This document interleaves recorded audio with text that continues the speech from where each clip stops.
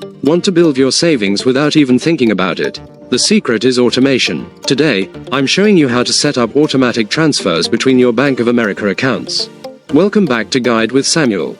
This is the ultimate set it and forget it strategy for growing your wealth. You can schedule money to move from checking to savings on a regular schedule that you define. First, log into your BoA online banking. Go to the Transfers tab and select Schedule a Transfer. You'll choose your from account, like checking, and your to account, like savings.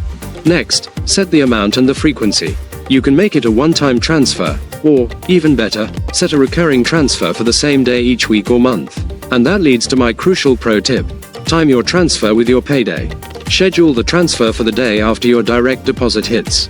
This way, you pay your savings goal first, before you even have a chance to spend the money. It's that simple. With a few clicks, you've built a powerful habit that will serve you for years to come. What are you saving for with your automatic transfers? An emergency fund, a vacation, or something else? Let me know your goals down in the comments, and subscribe for more clear-cut guides like this one. Thanks for watching. I'm Samuel, and I'll see you in the next video.